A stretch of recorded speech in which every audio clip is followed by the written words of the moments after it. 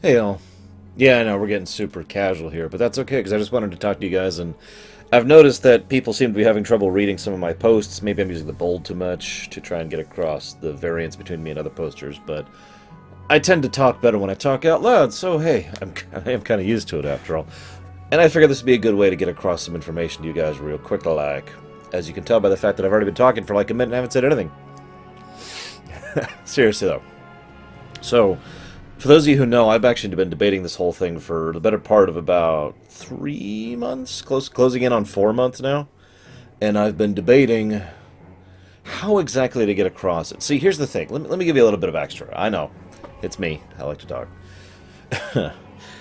When I used to play political games back in history groups or with other tabletop friends, we didn't have stats. We'd have dice for randomization. But that's because everyone was on the same page. We all knew what we were getting into, and we all knew what was expected of us. For example, let's just use an example that is actually from my real-life experience. We were playing as Russia during World War One. Okay? We are in a situation where we've got a decent amount of resources, and we want to field some more armies. So the person who is in charge of the military goes forward and petitions. They saying, "I want to build some armies." And so they say, okay, we approve. So then whoever is the representative of Russia goes to the referee, that's the person I'm playing in the case of the political game, and says, we wish to build 3 armies. And that was all that was really needed because the whole point of the game was far more focused on the politics than it was, say, the 4X style of things. In other words, this is a little more grand strategy than it is 4X. You with me? Although a lot less detailed, obviously. Now that being said, I have been debating, again, for a while, whether or not to use stats at all. And since this is still in many ways a tutorial game, and the possibility of this expanding in the future is, well, very feasible, especially when the 5th dimensional vote goes in, which, by the way, the players are going to vote on, not me and not the characters. But, we're going to try something a little new. We're going to try kind of a hybrid system. It's actually a system I've used something similar to over in my standard D&D style stuff. Let me explain what I mean. Let's say you want to convince someone of something, and you say, I really want Bob over here to support me on this bill for increased internal security on behalf of the military, in addition to the internal police, okay? So you say, I want to roll diplomacy. You roll, I just rolled an 8, you add your modifier to that, I roll for Bob, or the other player rolls for Bob, they roll a 10 plus their modifier, you fail. Okay? Now, the benefits of this system, aside from randomness, is the fact that not every player can actually think in character, right? And I don't mean that as a negative, you know? Sometimes the whole point of playing a character in a game, whether it be tabletop or video, is we're doing stuff that we can't do, right? So sometimes you just want to have a stats that says, I'm good at this, or rather my character's good at this, even though I'm not good at this. Okay?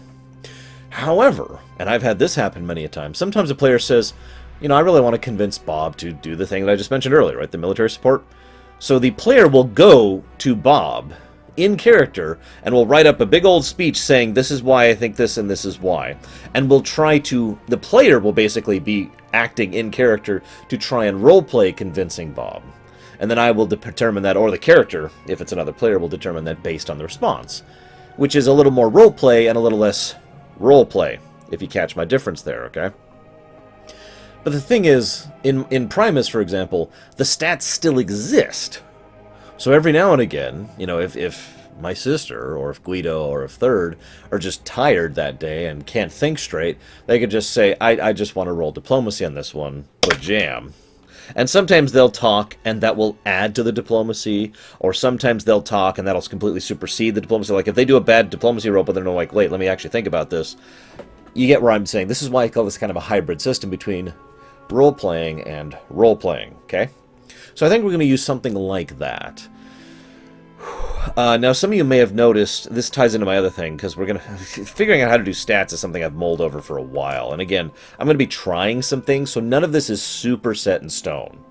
I want to be upfront and apparent about that. I'm still trying out new things to make this work, and make this work easier. This is actually only my second time ever trying one of these on a forum, for example. So, we're going to do simplified stats. All stats are going to be considered either small or at the national level. For example, let's say you have 300 gallons of oil. Well, congratulations, you have 1 oil. Let's say you have hundreds of thousands of dollars or espadas or whatever. Congratulations, you have 1 espada. Make sense?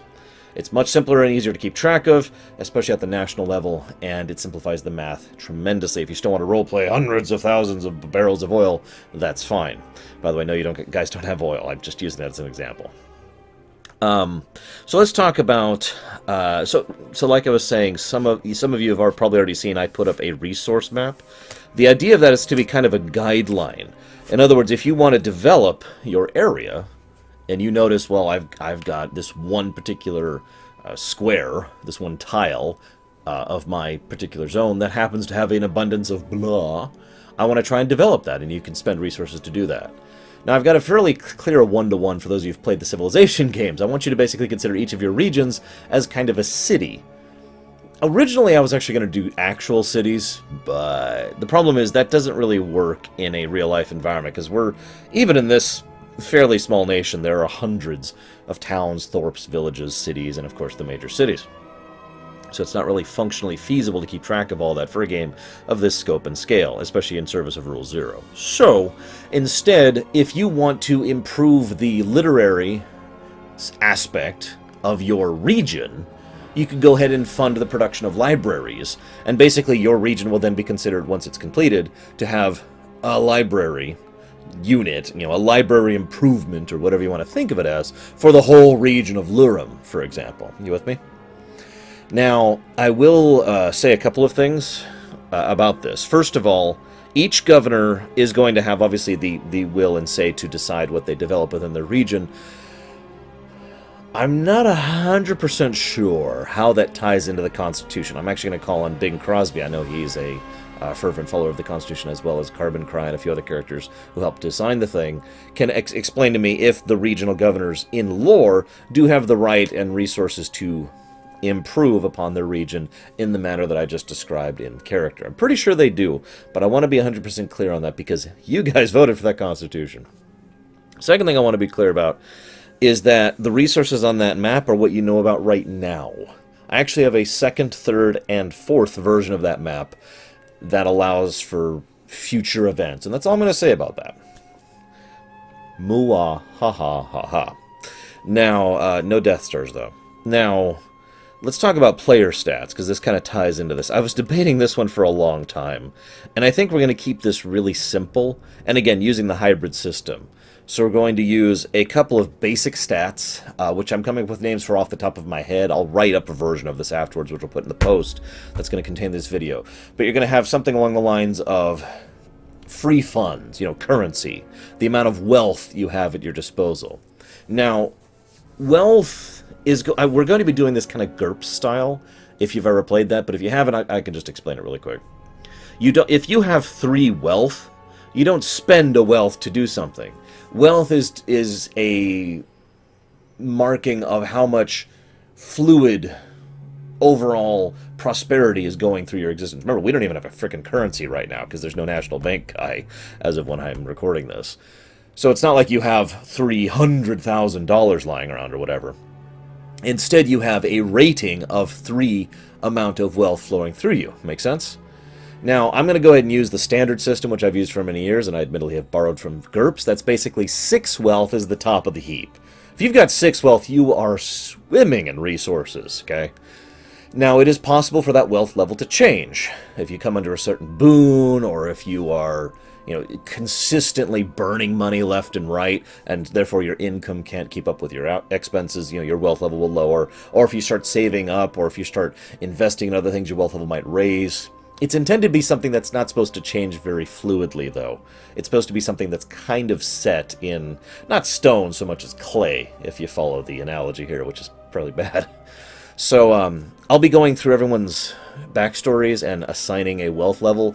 I'm going to tell you right now, most of you are probably going to be at 0 or 1. Pretty low on the totem pole. I think Deutsch and Axcac and Golveig, I think, are the only ones who are going to be, higher than that. Just off the top of my head. So that's the first thing we're going to do. And that's just kind of a measure of how much financial sway you have. That will probably also be affected by how the economy finally takes form, so don't get too married to that stat. Next stat we're going to have is influence. Now that influence is with the populace specifically. Think of it as kind of a measure of how much popularity you have. Now unlike wealth, this will be a currency, so you can spend influence, which in lore basically means you're doing something that normally the populace wouldn't be okay with. Like if you walked up to them and said, I want to take some of your more of your money for taxes, just to use one example. The person would probably say no normally. But because they have some trust or respect in you, or because you've earned some cred, or because you have a decent amount of popularity rating or whatever, they're willing to go with something they otherwise wouldn't. You with me? So if you decide to tax the entire region of Eastport for one big round of just, I want an extra amount of sum this round, or this turn or whatever, we probably will be switching to turns in the future. We're going to wait until the government's established before we do that, by the way. Then that would cost you some influence. Make sense? Because in this case, you are literally burning some of your popularity in order to gain some other resource, okay? Most everyone's probably going to start at about the same amount of influence to keep things average. And influence is probably only going to be a stat that really matters for the politicians. But I'll go ahead and make up some stats for everybody who's not a politician as well. Next stat I want to cover is secrecy. Now the secrecy stat I've been debating how to do, because we already have one stat that doesn't change. It's not a currency, it's a stat. And then we have one stat which is a currency, which is spent and gained. I'm really debating what I want to do with regards to the secrecy stat. And I'm open to suggestions. By the way, I'm open to suggestions on all of this. I mean, I'm making this up as I go, as much as you guys are. But I think for right now, we're going to go ahead and make the secrecy stat a stat as opposed to a currency. And that's basically just going to be a measure of how much capacity you have to pick up on stuff that is not happening publicly.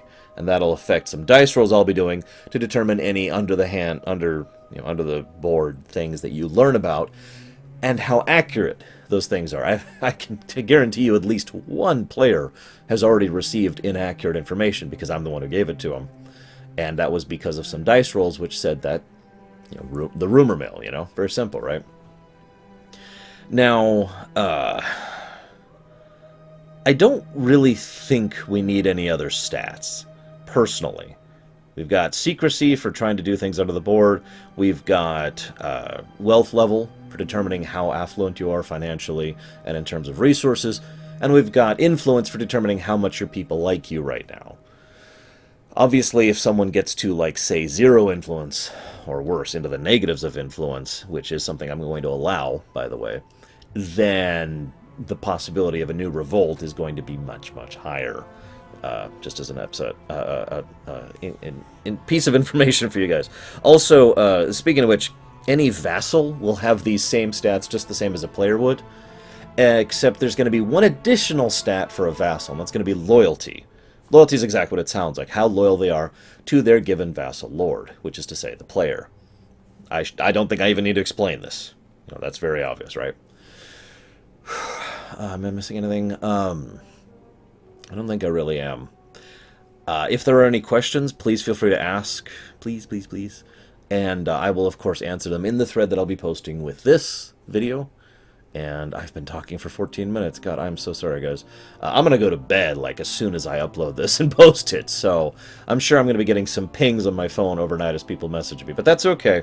When I wake up, I'll address everyone's questions, if there are any. And if there aren't, that's cool, and we'll just move forward. So, thank you, everyone, guys. Hope you guys are having fun so far, and I'll see you tomorrow.